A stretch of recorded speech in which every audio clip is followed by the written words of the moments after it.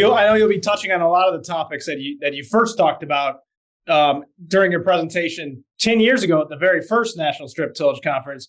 And we're excited to have you back this August in Bloomington, Illinois for the 10th anniversary lecture, where you'll be talking about, is strip-till still the near ideal, near perfect tillage system, which you kind of just answered there. But if you can, just maybe give us a little preview of what you'll be covering during the presentation, what people there will really take away from you taking the stage 10 years after your initial presentation.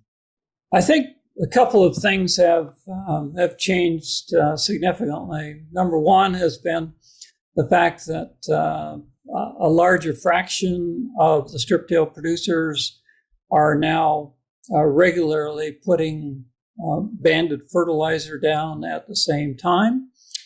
Number two, a much larger percentage of the producers using strip-till are doing so with RTK, and those costs were higher proportionately than they were 10 and 20 years ago. And so I think the advent of much more frequent use of RTK has enabled what is really important, which is to plant the rows right in the center of the zone that you loosen.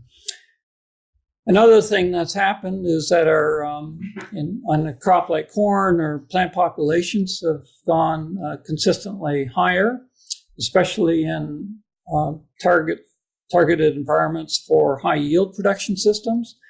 And that, in a way, has meant that there is increased competition from plant to plant.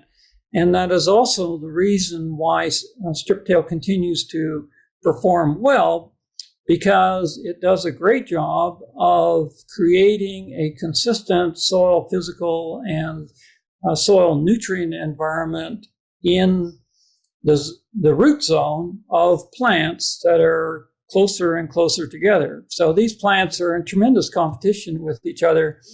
And one of the reasons why I still believe that strip-till is a near perfect system is the fact that it provides the opportunity to control where the wheel traffic goes relative to where the roots are.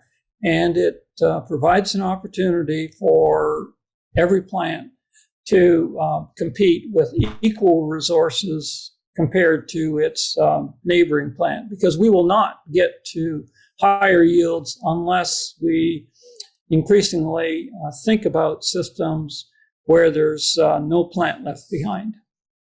There's just a taste of what you can hear at Tony's presentation, kicking off the conference August 3rd in Bloomington, Illinois. Can't wait for that. striptillfarmer.com to register if you want to see Tony speak. Well, Tony, I really appreciate the time. I know you're busy, but before we let you go, anything else you want to add, or something exciting coming up that you're focusing on in your studies, or any just what's next on the horizon for you?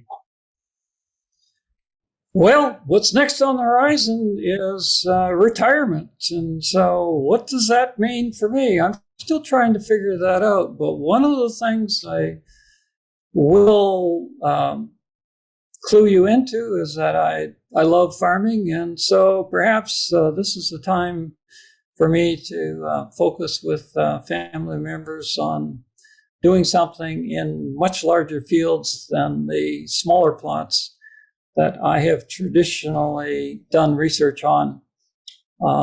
That's not been the only place I've done research. I've also done research in large on-farm strips, replicated strips. But I'm looking forward to continued growth in strip-till, and this conference is a great way of having people visit with each other about what works for them. And so I'm looking forward to meeting the farmers as well as those who supply this industry, because it's a dynamic, forward-thinking industry.